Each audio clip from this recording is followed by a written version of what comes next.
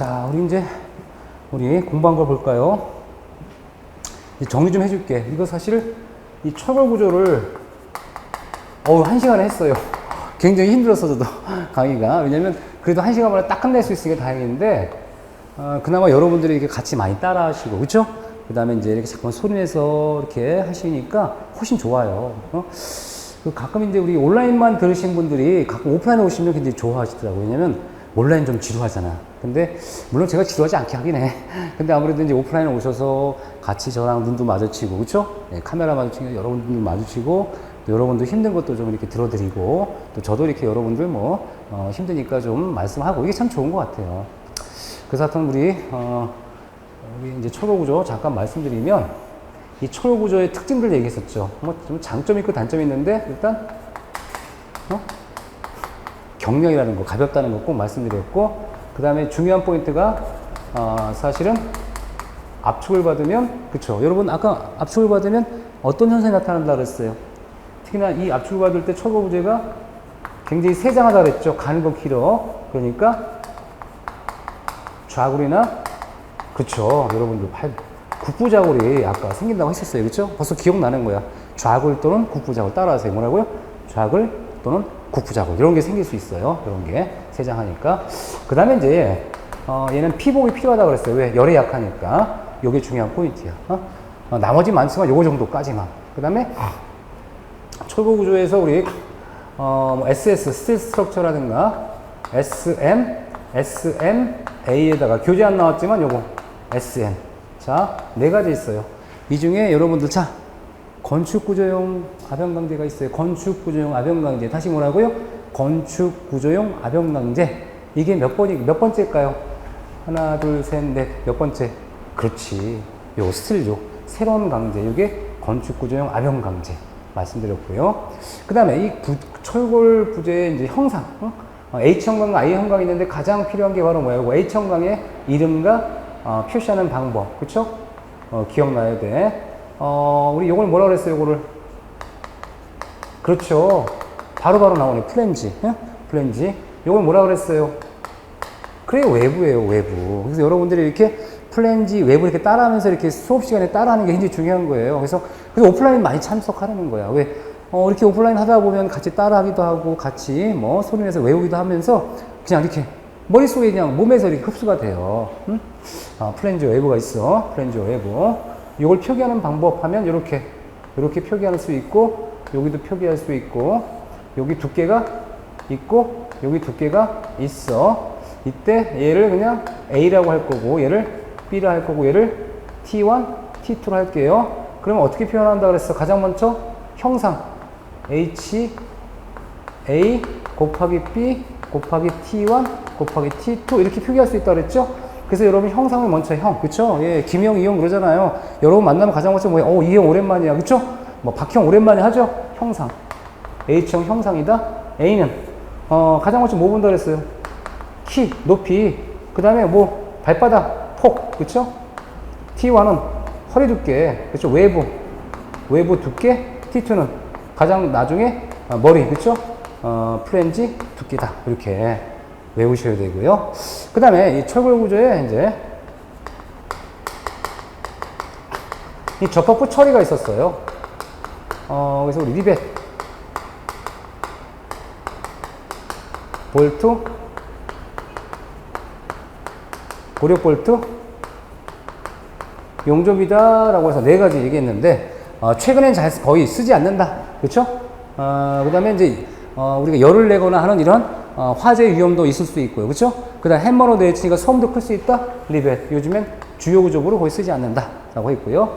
얘는 경미한 경우에 쓸 수는 있지만 주로 가조립하는데, 접합하는데 주로 쓴다? 볼트. 그쵸? 볼트. 주로 주요 부재 쓴다. 그럼 뭐가 돼? 고력 볼트나 용접이다. 그래서 요 비교를 할 때 항상 뭐라 했어요? 품질 검사 방법은 얘가 낫죠? 얘가 별로 복잡해. 그쵸? 복잡해. 검사 방법 얘가 좋아. 접합부 강성. 접합부 강성은 아주 얘가 크다 그랬죠? 아주 커. 아주 큽니다. 그래서 우리가 품질 관리 면에서는 고력 볼트가 훨씬 더 관리하기 좋고, 다만 접합부 강성이 크다 그러면 용접 아주 강한 강성이 나와. 하지만 이 용접 같은 경우 단점이 뭐라고 했어요, 제가? 우리가 단면이 결손될 수 있다? 없다. 결손되지 않는다. 얘는 뭐야? 그러면 거꾸로 써야겠네. 그쵸? 단면이 결손되는 건 얘가니까 단면이 결손된다? 결손되지 않는다. 그쵸? 비교하는 거 기억나야 되고. 그 다음에 얘는 상대적으로 뭐다? 무게가 좀 증가할 수 있다? 얘는 증가하지 않는다. 왜? 쇠물만 녹여서 채우면 그만이고 얘는 우리가 보통 덮밥 같은 거 대야 되니까 무게가 증가하고 구멍이 생길 수 있다는 거. 그쵸? 다만 이 용접 같은 경우는 단점이 있었다 그랬어요. 중요한 단점이 기능공의 의존도. 그쵸? 기능공의 의존도가 굉장히 높다라는 거. 그 다음에 반복 하중에 의한 필요 강도가 저하될 수 있다라는 거 말씀드렸었어요. 그죠? 자칫하면 뭐 취성적인 어떤 파괴가 우려될 수도 있더라. 다만 아주 굉장히 큰 강성을 가질 수 있고요. 하는 거. 그 다음에 결손이 없으니까 그만큼 인장력 같은 데 받을 때 좀 유리할 수 있죠. 하지만 그 다음에 무게가 이렇게 증가하지 않는 이런 장점이 있을 수 있더라. 하지만 접합부 검사 항목이 굉장히 복잡하더라. 이런 거 공부했어요. 그 다음에 고려 풀 때 중요한 포인트는 우리가 뭐가 기억나야 돼? 우리가 상대적으로 무슨 력? 응? 마찰력에 많이 의존하는 접합 방법으로 우리가 지압에 대한 것도 동시에 검토할 수 있는 방법이 되겠다라고 했어요. 아주 강하기 때문에 진동이나 충격에 의해서 풀림 현상이 거의 없는 방식이 고력볼트다. 이렇게 중요한 포인트만 말씀드렸고요. 그 다음에 이 보의 우리가 판보. 판보에 기억나는 건 뭘 얘기해요? 우리가 플랜지가 있고 외부가 있었어. 이때 플랜지를 보강하는 거. 휨에 대한 보강이죠. 휨. 얘는 뭐가 돼? 전단이죠? 휨에 대한 보강이 뭐라 그랬어요? 커버 플레이트지. 자, 외부에 대한 보강이 뭐라 그랬어요? 스티프너지. 이런 것들 탁탁탁 기억나는 거야. 그래. 그래서 커버 플레이트는 몇 장이야? 4장이하고 플랜지 단면적이 몇 퍼센트? 70% 이하 단면을 유지해라. 나온 거고요. 그 다음에 이제 우리 하니캄보. 아까 하니캄보 말씀드리면서 뭐라 그래? 원래 일반보는 이렇게 플랜지가 있고 요 사이에 외부가 있고 여기 닥트가 있고 요렇게 해서 유효 공간 높이가 있는데 이때 우리가 하니캄보를 딱 만들게 되면 요렇게 육각형 모양의 구멍이 나오니까 육각형 모양의 구멍이 나오니 요 사이에다가 우리가 닥트를 집어넣으니까 유효 공간 높이가 이만큼 키워졌다라는 거. 그 다음에 이 보의 높이가 높아졌으니 휨 강성도 커졌을 것이다. 하니캄보. 기억나는 거예요. 자, 그 다음에 이제 우리가 하이브리드보. 이 하이브리드보의 가장 중요한 포인트는 뭐냐? 우리가 강도가 있어. 플랜지와 외부의 강도를 다르게 하는데 플랜지는 아주 고강도 강제를 쓰는 거. 외부는 상대적으로 저강도 강제를 접합해서 하나의 볼을 만들면 하이브리드보다. 이렇게까지 해가지고 철골 부분의 가장 중요한 포인트. 어때요? 정리가 되는 거죠, 이렇게. 그래서 항상 강의를 쭉 진행하다 보면 정리하기 힘들어. 이럴 때는 제가 또 한번 요점 정리를 또 해줘요. 그래서 여러분들이 이렇게 결국 공부를 할 때는 외우는 것보단 이렇게 한 번 쭉 듣고 그 다음에 또 정리해보고 하는 이게 필요하겠구나. 그렇죠, 여러분들? 예, 맞아요. 굉장히 조시는 분들 별로 없어. 우리 에듀프로 학원이 워낙 그렇죠. 열심히 공부하시는 분이 많이 오니까 이렇게 조는 분도 없습니다. 굉장히 열심히 지금 하고 있어요. 그죠? 자, 그 다음에 이제 제 5장 파트가 들어가. 이 제 5장 파트가 뭐냐면 지붕 및 방수 구조예요. 응? 사실 우리한테는 사실 뭐 구조라기보다는 뭐 보통 이 방수를 굉장히 많이 중요시하지 사실은. 그래서 이 교재 내용 보면 우리 철골만큼 많아요. 비슷해. 지붕 및 방수가. 왜 그러냐면 지붕 및 방수는 늘 시험에 나오기도 하지만, 그렇죠? 특히나 이 방수 같은 게 요즘에 좀 어렵게 나오기도 해요. 지붕에 대한 의미의 지붕 구조 요건과 뭐 물매, 처중격 경사라고 나와요. 뭐 너무 힘들게 공부하지 만 그냥 기본 개념만 보세요. 골조까지 다 완성을 했어. 그러면 일단 여기다가 보세요. 지붕을 씌우는 거예요. 그러면 현재 이 건물이 있으면 지붕을 씌워줘야겠죠. 평지붕 하는 것도 있지만 이렇게 지붕을 씌워줘요. 그 다음에 요 기울기 정도를 우리가 보통 물매라는 표현을 합니다. 그럼 지붕은 어떤 역할을 하는 거예요? 눈이 막 내리면 비가 내리면 얘네들 이렇게 흘려주죠. 얘를 받기 위해서 이렇게 물처리를 합니다. 이렇게 물처리를 해. 우리가 물 처리합니다. 빗물 처리를 하고 요즘에 이제 보통 여기다 이렇게 우수 트렌치라 그래가지고 얘를 빗물을 따로 처리하죠. 따로 처리해. 그럼 이 물매라는 것은 지붕의 경사를 얘기하는구나. 그럼 잘 보세요. 물매. 그 다음에 지붕에 이렇게 물매를 두는 이유는 눈이나 또는 우리 비 이렇게 물량이 많으니까 얘네들을 잘 흘러내릴 수 있도록, 왜? 이 물들이 흡수이 되면 안 되니까 잘 밖으로 이렇게 나갈 수 있도록, 흘러내릴 수 있도록 이렇게 물매를 두는구나 라고 생각하시면 되고요. 그 다음에 이 지붕 재료라는 것은 무거운 게 좋아요? 가벼운 게 좋아요? 아이, 가벼운 게 좋겠지. 지붕이 무거우면 그만큼 육중하니까 문제가 되잖아요. 그 다음에 이 지붕 재료는 우리가 수밀해야 돼, 수밀. 수밀이라는 얘기 뭐야? 물 새 틈이 없어야 된다는 얘기잖아. 수밀하고, 그 다음에 지붕 재료는 가벼워야 돼. 그 다음에 우리 열의 전도, 열 전도가 좀 낮아야 돼. 왜냐면 이 지붕이 만약 열 전도 잘 되면 어떻게 돼요? 태양이 있잖아. 태양이 있는데 이 태양이 계속 지붕을 뜨겁게 때우죠.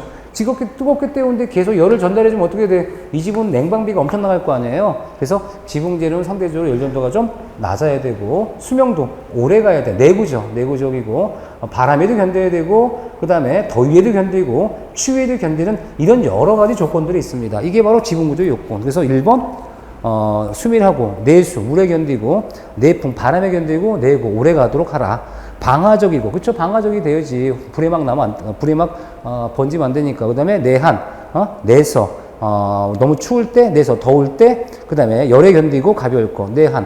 우리가 추울 때 내한이라, 내한은 추위에 견딘다는 뜻이고요. 내수하면 더위에 견딘다. 그 다음에 내열적이다, 열에 견딘다, 이런 뜻입니다. 그래서 우리가 내자는 뭐라 그래? 견딘다는 뜻이야. 견딘, 내한, 내서, 내열적이고 가벼울 것. 동해 안전하고, 동해는 뭐 겨울철 해. 겨울철에 해. 동해 안전하고, 동해 바다 생각하시면 안 돼요. 한겨울에 해를 받는 건 뭐라 그래? 동해 안전하고, 열전도력이 크다, 작다? 작다고 했고, 불연제일 것. 우리가 불에 타지 아니하는 구조를 얘기하는 거, 재료일 걸 말하는 거고요. 지붕의 구조는 그래서 뭐 이렇게 등등등, 뭐 그 지역에 뭐 우리 빗물량이나 또는 적설량, 이거 관계가 된다고 했었고요. 그 다음에 이제 이렇게 해서 물매를 고려해라 라고 나왔고, 그 물매가 뭐가 있냐 그랬더니, 뭐 대물매, 뜸물매가 있다라고 해요. 그럼 뭐냐?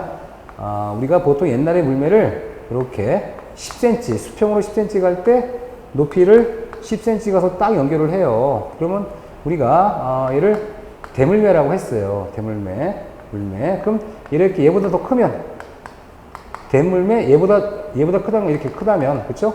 얘가 아주 크다면 세잖아. 센 물매, 대물매. 얘보다 물매가 낮다 그러면 우리 뜸물매라고 그랬어요. 뜸물매. 그러면 다시 얘기해서 요렇게, 자, 우리가 대물매 세죠. 대물매, 뜸물매인데 45도의 경사를 갖는 걸 뭐라 그래요?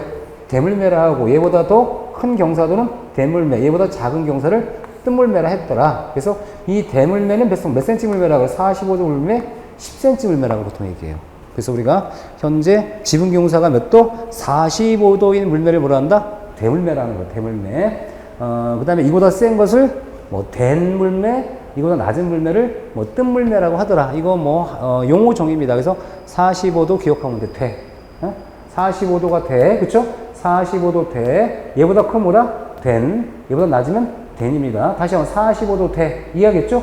45도가 되는 거예요. 뭐라고 한다? 대물매. 45도니까 45도 대 대물매. 기억하시면 돼. 그 다음에 이제 지붕공사의 처짐과 경사는 그냥 이런 게 있다. 넘어가세요. 나중에 기본 소식을 설명드릴 겁니다. 넘어가도 돼, 이런 거는. 그 다음에 이제 물처리가 나와. 물처리. 이 물처리는 뭐냐면, 자, 한 예를 들어줄게요.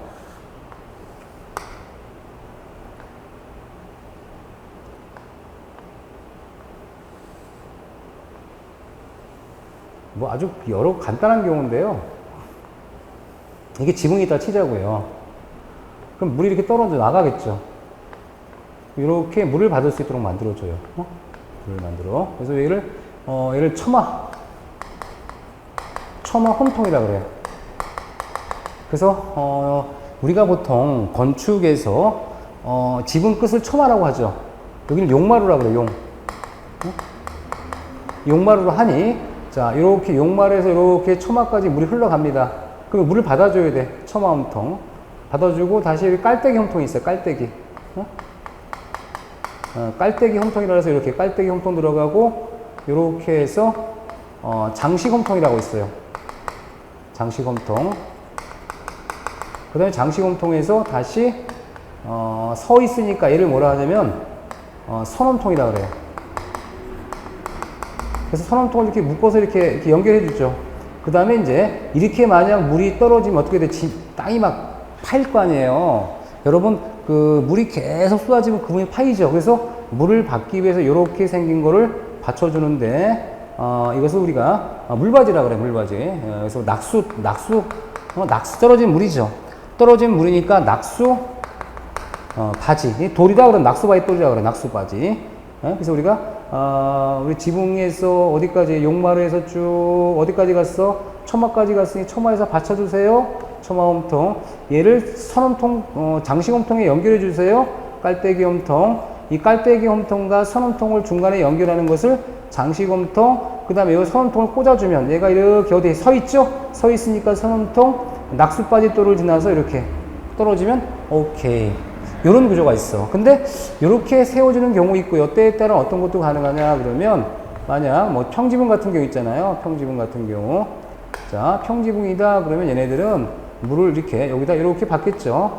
받습니다. 이렇게 경사가 됐으니까 받고 여기서 깔때기 홈통 역할을 하듯이 파이프를 꽂아서 장식 홈통에서 물을 쫙 빼주는 경우 있고, 그 다음에 지금처럼 이렇게 낙수바지를 들어온 게 아니라 여기 트렌치 빗물바지 통을 딱 만들면 물이 떨어지겠죠. 떨어져서 얘네들을 연결해서 이렇게 우수관으로 연결하는 방법도 있어요. 여러 가지 방법이에요, 상세가. 그러니까 사실은 우리가 이 지붕 처리 방식은 여러 가지야, 여러 가지. 또 어떤 건물 봤더니 여기를 이렇게 하는 경우도 있죠. 45도 이용관을 만들어서 이렇게 여기 어디다가 건물과 떨어져 있으니까 45도 이용관을 가지고 이렇게 접합하는 방법도 있어요. 그러니까 굉장히 다양하게 빗물 처리할 수 있다는 거예요.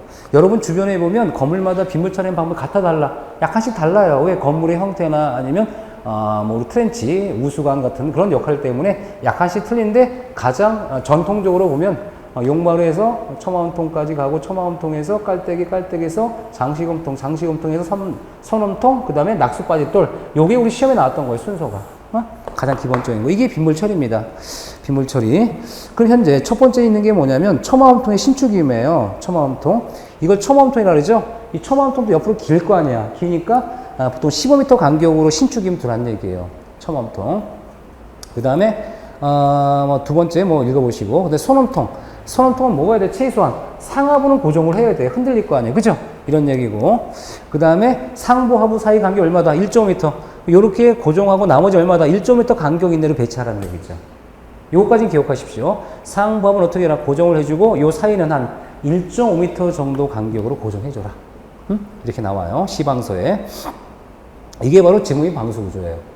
별로 어려운 거 없죠. 그럼 다시 한번 얘기해주면 지붕공사 생각하면 뭐가 있어요? 강우 그 지역에 뭐 비가 많이 오느냐, 눈이 많이 내리냐, 요거와 뭐 관계 있다? 요 물매랑 관계 있더라. 그렇죠? 기본적으로.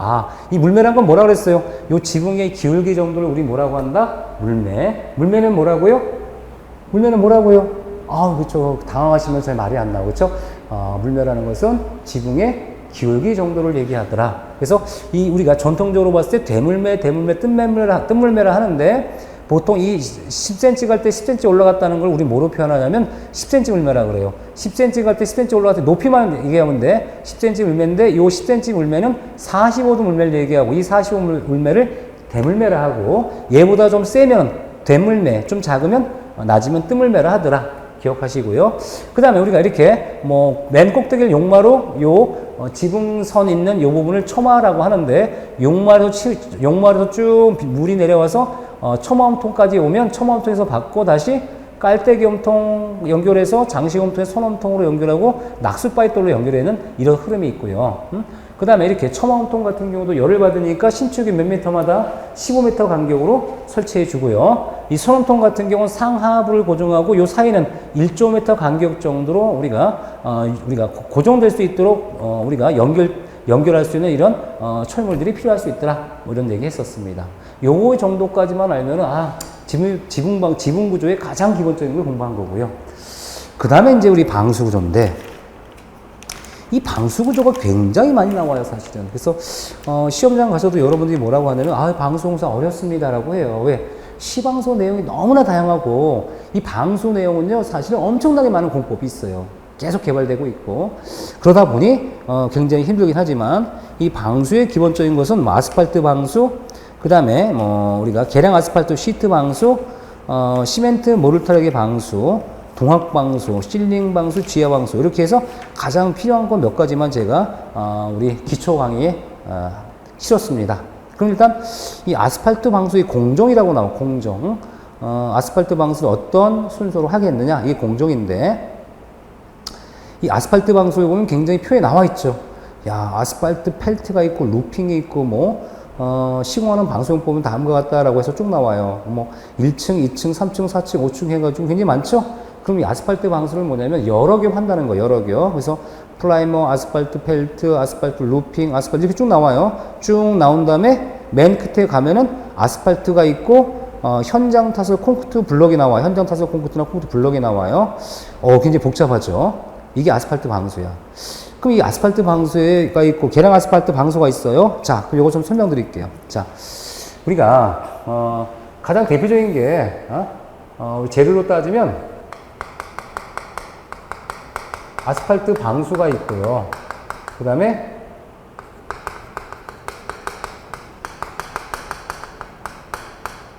계량 아스팔트 방수라는 게 있고 시멘트 모르타르 또는 시멘트 모르터라고 해요. 또는 시멘트 모르타르의 방수의 대표적인 게 시멘트 액체 방수라고 있어요. 아마 시멘트 액체 방수는 우리가 한 번씩 들어볼 수 있었던 얘기고요. 그 다음에 동학 방수가 있어요. 가장 기본적인 재료적 특징이에요. 그러면 우리가 이 방수에 대한 기본 개념을 일단 설명드릴게요. 시방수에 나와 있는 거 자세한 거 사실 크게 중요하지 않습니다. 기본 개념이 중요해. 우리가 가장 방수의 중요한 부분이 어디죠? 지붕이죠. 자, 지붕이 이렇게 있다고 치자고요. 지붕. 또 있습니다. 있으면 얘가 콘크리트 바탕이에요. 철근 콘크리트 바닥입니다. 철근 콘크리트 옥상이에요. 옥상입니다. 옥상. 자, 그럼 현재 여기다 바로 방수를 하겠느냐? 그건 아니고요. 현재 콘크리트 바닥이 평탄하지가 않습니다. 이렇게 들어가기도 하고 삐죽삐죽 튀어나오기도 해요. 이렇게. 자, 그러면 이 콘크리트 바닥이 이렇게 지저분하면 어떡할까요, 여러분들? 바탕 정리한다 그래요. 뭐라고요? 바탕 정리. 그래서 얘네들은 채워주고 얘네들은 치핑해서 내보내고 이런 데는 실링 처리해서 이렇게 메꿔줍니다. 틈을 메꿔주기도 하고 뾰족뾰족한 걸 우리가 치핑해서 잘라버리기도 해. 이것을 바탕 정리 또는 바탕 처리라고 그래. 바탕 정리나 바탕을 정리해. 바탕. 자, 이렇게 만들어주고요. 뭐 시방수에 따라 여기다가 이제 모르타르를 얇게 발라주게 돼. 모르타르를 바탕 정리 안에 들어가는 거야 다. 이 안에 이제 그 청소도 하고 뭐 실링 채워주기도 하고 빈틈 갈라진 거 채워주기도 해서 이렇게 바탕 정리 해줘. 그 다음에 이제 두 번째 뭐 하느냐? 바탕층이야. 바탕 정리층이야. 바탕 처리 먼저 하는 거야. 그쵸? 1번. 그 다음에 두 번째 뭐 하냐? 이런 재료 가지고 뭐 한다? 방수 공정이 들어가요. 방수. 방수 공사를 할 때 아스팔트 방수가 될 수 있고 계량 아스팔트 될 수 있고 뭐 시멘트 몰타기 방수가 되는데 시멘트 몰타기는 잘 안 해. 옥상 같은 데는. 하지만 어쨌든 옛날에 많이 했지. 그 다음에 동학 방수 하기도 하고. 그러니까 가장 먼저 이 포인트 공통성이 뭐다? 바탕 처리를 먼저 하는 거야. 가장 먼저 뭐 한다고요? 바탕 정리 또는 바탕 처리를 해. 그 다음에 방수 공정이 들어가고. 세 번째 재료에 따라 뭐가 들어가요? 보호충이 들어가. 보호충. 물론 이 방수 공정 안에 들어가긴 하지만 이 보호충이 필요해. 보호충. 왜 그러냐면 방수를 했다는 얘기 뭐야? 방수 재료를 가지고 시공했죠. 그러니까 이 방수 재료를 내비두면 어떻게 돼?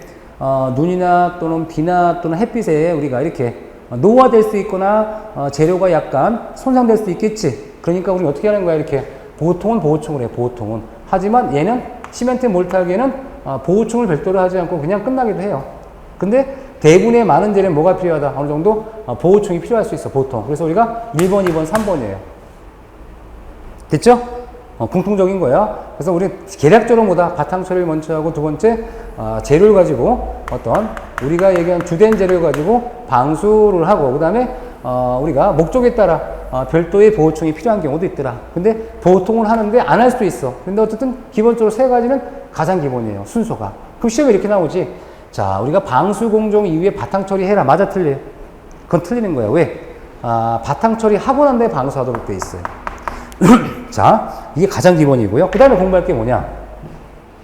우리가 이제 아스팔트라고 해. 아스팔트.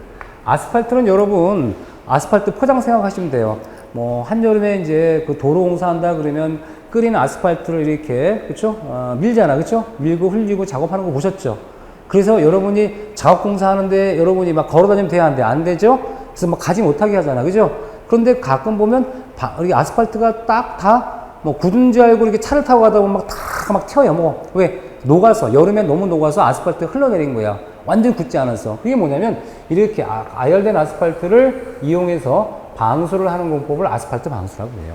그럼 아스팔트 방수할 때는 어떻게 해야 돼? 아스팔트가 계속 들어가. 그래서 아스팔트 들어가고, 그 다음에, 근데 이제 아스팔트 하기 전에 이제 항상 이 아스팔트 층과 계량 아스팔트 방수에 보면 요 방수 공정 처음에 프라이머라는 게 들어가. 본드 같은 게. 나중에 설명드릴게요. 어떤 아스팔트를 쓰는 거고, 계량 아스팔트는 뭐냐면, 계량 아스팔트라는 것은 현재 이 아스팔트는요, 공정이 이렇게 돼. 자, 시공 공정만 아주 간단히 설명드릴게요. 뭐냐면,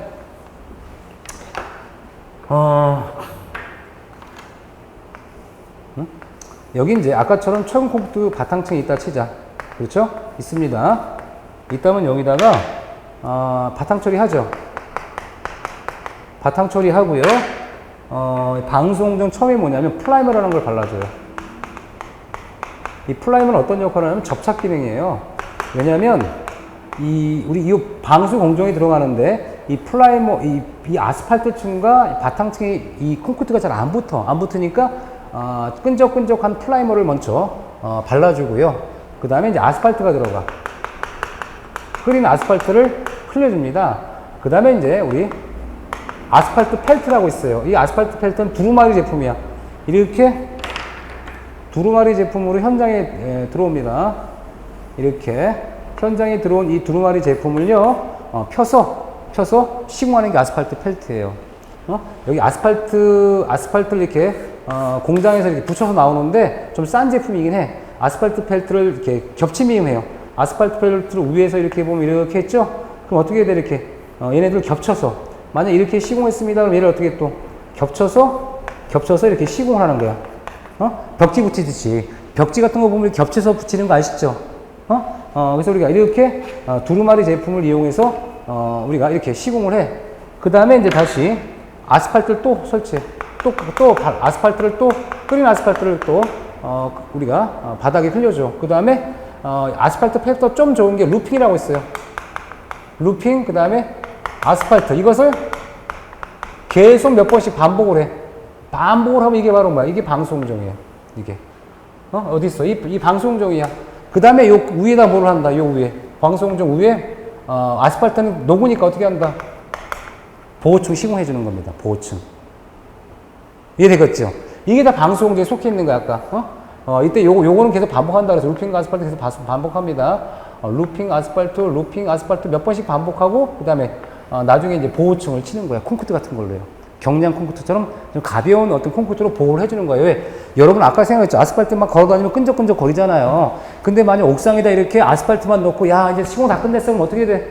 여러분이 올라갈 때마다 끈적끈적 방수 찢어버릴 거 아니에요? 그래서 우리가 보호층을 시공해주는 게 이렇게 이어지는 겁니다. 이게 바로 뭐예요? 아스팔트 방수예요. 교과서에 나왔죠? 현재 아스팔트 공정을 해가지고 나왔죠? 이 순서야, 이거. 아스팔트 프라이머, 아스팔트 펠트, 아스팔트 루핑, 아스팔트 루핑, 아스팔트 루핑, 아스팔트 길죠? 그 다음에 뭐하다? 보호마감. 이게 공정이 들어가잖아. 그쵸? 보호마감. 자, 그럼 여기까지는 이제 어때요? 굉장히 복잡하죠?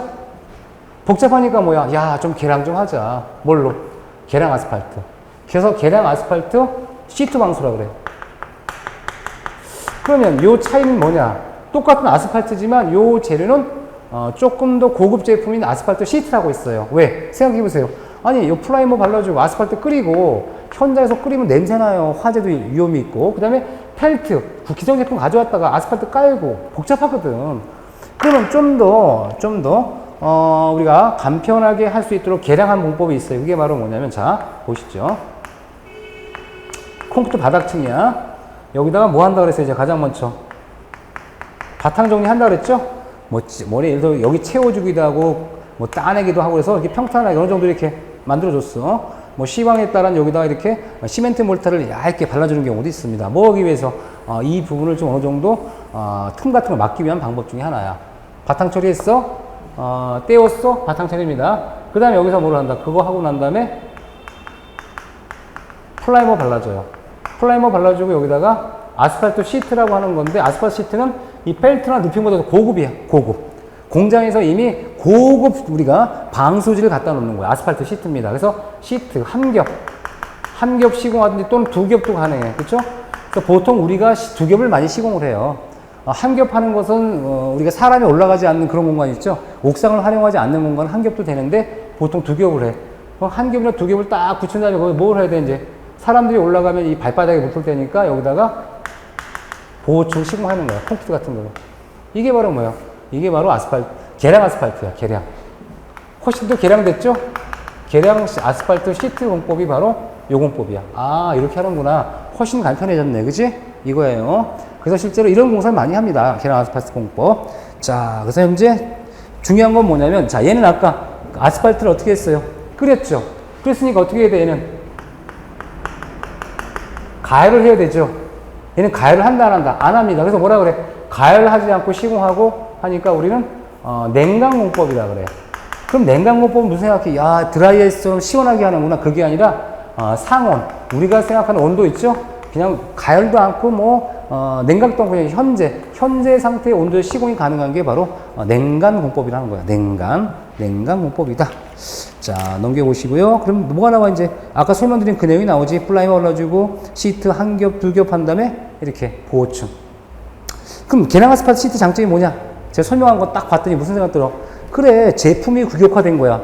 그쵸? 얘는 아스팔트가 중간에 계속 올라타니까 두께를 균일하게 할 수 없지만 얘네들은 뭐야? 그냥 냉각공법으로 시트 한 겹 또는 두 겹을 붙이니까 굉장히 우리가 두께가 균일하다는 거. 이해하시겠죠? 응? 그 다음에 냉간강공이라고 그랬어요. 냉간강. 공기 단축 가능하죠. 그 다음에 상온에서 시공. 냉간이라는 건 상온 시공하니까 어떻게 돼요? 화재 위험도가 거의 없죠. 그쵸? 그 다음에 신축성이 있어서 균열에도 유리합니다. 그럼 단점이 있어요. 단점.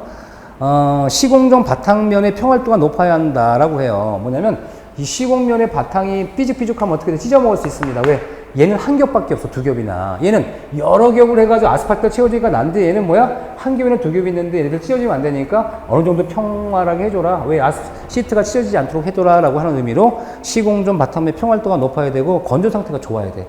건조 상태가 별로 안 좋으면 우리가 기포가 생긴다든가 왜 물방울이지 우리가 증발하면서 문제 생길 수 있으니까 건조 상태가 좋아야 되고요.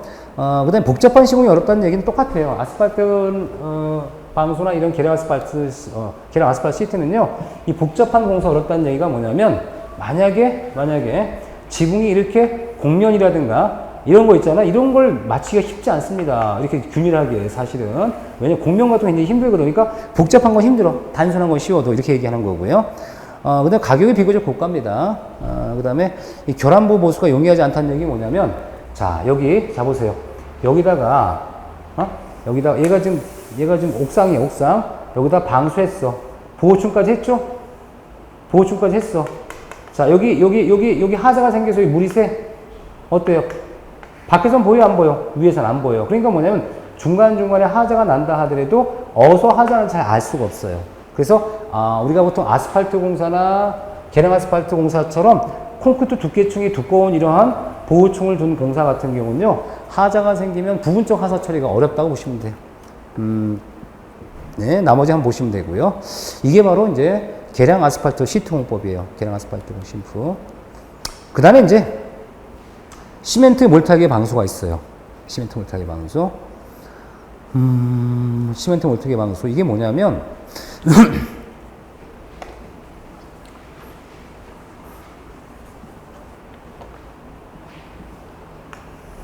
여러분들 아파트 있잖아. 아파트.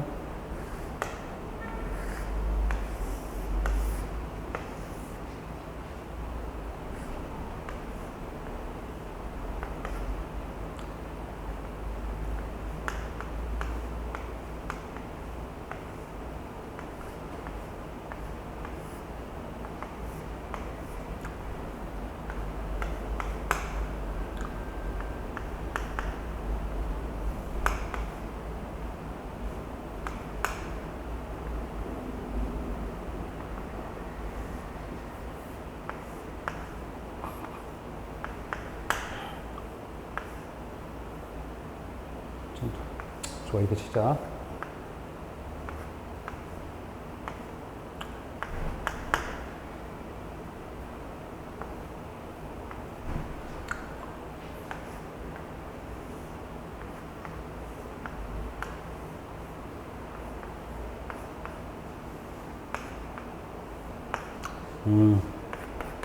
이 발코니가 있고요. 방이나 화장실이나 또는 여기 베스룸, 드레스룸이나 베스룸 같은 게 있고, 안방 있고, 예를 들어서 방이 있고, 조그만 서재방 같은 거 하나 있고, 이렇게 뭐 화장실이 있을 수 있죠. 화장실이나 드레스룸 같은 걸 동시에 주거든요. 여기 다시 또 발코니 이렇게 있어. 아파트에 보면. 그러면 이제 우리가 현재 물을 쓰는 공간이 있어요. 어디 물을 씁니까? 여기. 그쵸? 또 어디? 화장실 여기 물 쓰는 공간 있죠? 또 어디? 여기도 물을 쓰죠, 가끔. 그쵸? 여기. 이렇게. 어딜 얘기해? 실내죠, 실내. 실내. 지금 파란색으로 하는 실내 공간은 뭐를 쓸 수 있는 거예요? 물을 쓰거나 여기서 작업할 수 있어야 돼. 그쵸? 발코니 같은데. 그 다음에 화장실, 이런데. 욕조 있는 이런데. 이런 공사는요, 아스팔트 시트 방수공법을 할까 안 할까? 안 합니다. 그럼 실내의 종류. 실내 공사, 실내, 주로 실내. 실내에, 국한돼서 원칙은 실내에 사용할 수 있도록 되어 있는데, 실내에 가장 많이 사용하는 게 뭐냐라고 이제 물어보시면 뭐라 그래요? 시멘트 액체 방수라 그래요. 왜 시멘트 액체 방수를 많이 할까? 보세요. 우리가 시멘트와 방수 성분을 섞어가지고 간단하게 시공할 수 있는 거예요. 이게 시멘트 몰탁의 방수공법입니다. 대표적으로. 그래서 시멘트 몰탁의 방수공사는 시멘트와 우리가 방수력을 지닌 이런 액체 방수를 섞어서 군데군데 우리가 공정별로 발라주고 몰타를 발라주고 끝낼 수 있는 게 시멘트 액체 방수예요. 그럼 시멘트 액체 방수, 시멘트라는 것은 처음에 뭐야? 반죽 상태가 되죠.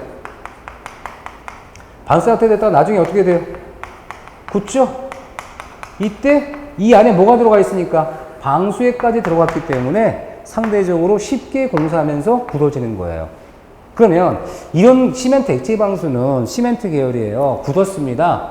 자, 우리가 아스팔트처럼 이렇게 온도 변화에 대한 신축이 돼야 안 돼요. 예? 여러분, 시멘트가 굳었는데 얘를 잡아당기면 어떻게 돼? 그냥 균열이 갈 수 있잖아요. 균열이 간다는 얘기가 뭐냐면 온도 변화에 민감하게 균열이 가서 하자가 날 수 있어요. 그럼 얘네들이 옥상에다 하면 어떻게 될까요? 매일 하자 처리해야 돼. 무슨 말인지 알겠죠? 그래서 시멘트 액체 방수 같은 경우는 내 시멘트 방수액을 우리 섞어서 우리가 반죽 상태로 바를 수 있도록 만든 거기 때문에 쉽게 시공이 가능하지만 온도 변화를 수반하는데 어려우니까 원칙적으로 뭐를 해라? 실내용에 사용해라, 원칙적으로. 또는 지하실 내면은 가능하긴 해. 하지만 지하 내면도 사용할 수 있게. 지하 내면이 어떻게 돼? 지하 내면이니까 열변을 들봤잖아요. 예, 우리가 가능하긴 해. 하지만 주로 실내 쪽에 주로 사용하라는 게 시멘트 액체 방수 또는 시멘트 몰탁의 방수 종류예요. 그래서 첫 번째 뭐라고 나와? 모체에 균열 생기면 당연히 치명상이죠. 왜? 얘네들은 모체가 만약 균열돼서 생겼다 그러면 방수가 같이 찢어진단 말이죠. 왜? 탄력이 별로 없으니까 이런 얘기고. 두 번째 간단하다는 얘기. 근데 시멘트 액체 방수 옛날부터 많이 썼던 이유가 있을까? 있겠지. 왜 많이 썼을까요? 자, 예전에는요, 뭐 경미한 공사 같은 거 지붕에도 지붕 창고 같은 데 있잖아. 이런 데도 시멘트 액체 방수 썼어, 옛날에는. 요즘엔 시방서에서는 주로 뭐를 해라? 내부에 하도록 돼 있지, 실내에 하도록 돼 있지, 옛날에 했었습니다. 그럼 제가 말씀드릴게요. 경미한 공사나 치자. 그래서 그래, 돈도 아낄 겸 시멘트 액체 방수 쓰는 겁니다. 그럼 여기다 시멘트 액체 방수 시공했어. 시공하고 여기다 뭐를 줘요? 이렇게. 줄눈을 반드시 시공해. 왜? 탄력이 별로 없으니까 줄눈 시공해줍니다. 물론 얘네들도 줄눈 시공해. 자, 그런데 얘네들을 잘 보면요, 우리가 가끔 보면 하자가 생겨. 왜? 갈라진다 이렇게. 갈라져. 이 갈라진 거 어떻게 하면 될까? 막 비가 막 옵니다. 비가 오게 되면 끝이면 어떻게 돼? 이 부분이 물이 스며들어서 시꺼매져요. 이 부분만 이렇게 어떻게 이 부분만 따서 다시 하자 처리할 수 있습니다. 그게 뭘 얘기하냐면 시멘트 액체 방수는 이 균열 같은 게 모체 위에 이렇게 있었죠. 균열감은 눈에 보이니까 얘네들은 어떻게 한다? 부분 공사가 가능합니다. 근데 아스팔트 시트 방수나 우리가 아스팔트 가열 공법은 어떻게 돼요? 워낙 콘크리트가 두껍죠. 균열이 잘 안 가기도 하지만 균열이 한 번 가면 어디 쪽에 균열가 눈에 안 보이죠. 그러니까 어떻게 돼? 얘는 전범위 공사를 해야 돼. 근데 얘는 뭐다? 부분 공사가 쉬워. 그래서 실제로 우리가 경미한 건물 같은 건 우리가 옛날에도 시멘트 액체방 썼습니다. 하지만 지금은 시방서에서 뭐라고 그래? 실내용 또는 예외적으로 지하 내면만 가능하다고 합니다. 시방서에서 요즘에 이렇게 옥상 같은 데 이렇게 쓰면 안 되겠지. 왜? 하자가 자주 나. 뭐 때문에? 탄력이 없잖아요. 이런 얘기야. 탄력이 없어. 그래서 우리가 방수층은 반드시 뭐를 두도록 돼 있다? 신축줄로 두도록 돼 있어. 신축줄로. 신축줄로는 아까 뭐라 그랬어요? 신축줄로는 여기 이렇게 여기가 만약 바탕층이다 그러면 어떻게 한다? 이렇게 약간씩 따주란 얘기야. 이렇게 여기 줄눈입니다. 이렇게. 왜? 그래야지만 얘가 이렇게 온도 수축 팽창을 통해서 우리가 이렇게 균열이 들어갈 수 있거든요. 그쵸? 요런 것들이, 요거 없으면 어떻게 돼? 지저분하게 막 균열이 가는데, 요렇게 모아주는 개념이야. 그래서 온도 변화에 대응할 수 있도록 신축줄을 반드시 둬야 되는 거야. 반드시. 그 다음에, 이 바탕처리라는 건 뭐냐면, 우리가 지붕 슬래브, 실내 바닥 등은 뭐 100에서 150분의 물면을 두는 게 좋다는 얘기고, 오목 모서리는 면처리 하도록 하고, 블록 모서리도 면처리를 해라는 얘기는, 이 모서리 같은 경우 있잖아, 모서리 면이 이렇게 튀어나오거나 할 때 어떻게 돼? 면처리 해야 될 거 아니야, 그쵸? 이렇게 얘기를 하는 거야. 볼록볼록 튀어나오게 하지 말고, 오목하게 이렇게 하지 말라는 얘기입니다. 이렇게 채워주라는 거고, 요런데 튀어나오면 이렇게, 면처리 하라는 얘기입니다. 이렇게만 보시면 돼요. 이게 바로 뭐야? 시멘트 몰탁의 방수입니다. 그래서 시멘트 몰탁의 방수는 굉장히 민감하다? 그래서 어떻게 해요? 균열도 모체의 균열감은 바로 갈라지기도 하다라고 보시면 돼. 하지만 장점은 뭐라 그랬어요? 하지만 장점은, 부분적인 보수 공사가 쉽다. 이해할 수 있겠죠? 하지만 이렇게 아스팔트 방수나 아스팔트 시트 방수 부분적인 시공이 어렵다 쉽다? 어렵다, 곤란하다고 합니다. 그래서 우리가 이 아스팔트 시트 공법은요 잘 균열은 안 생겨요. 그다음 탄력이 좋아. 하지만 얘네들이 만약 하자가 생기면 부분적 하자 처리가 힘들고 전범위에 걸쳐서 하자를 해야 되고, 시멘트 액체 방수는 뭐다? 간단한 방법으로 하자가 나긴 하지만 하자가 난다 하더라도 부분적 공사가 쉬워서 지하실 내면이라든가 또는 내부 공사, 실내 공사는 아직도 많이 쓸 수 있는 게 시멘트 액체 방수 또는 시멘트 몰탁의 방수예요. 그래서 화장실이나 발코니 같은 게 주로 뭐를 하니까 물어보면 시멘트 몰탁의 방수를 많이 합니다 라고 할 겁니다. 왜? 쉽게 방수 처리할 수 있고, 실내 같은 경우는 뭐야? 온도 변화가 작으니까 상대적으로 이제 어느 정도 기능을 유지할 수 있거든요. 자, 그 다음에 나올 수 있는 게 뭐냐? 부막 방수나 실링 방수 등인데 잠깐 쉬었다가 할게요.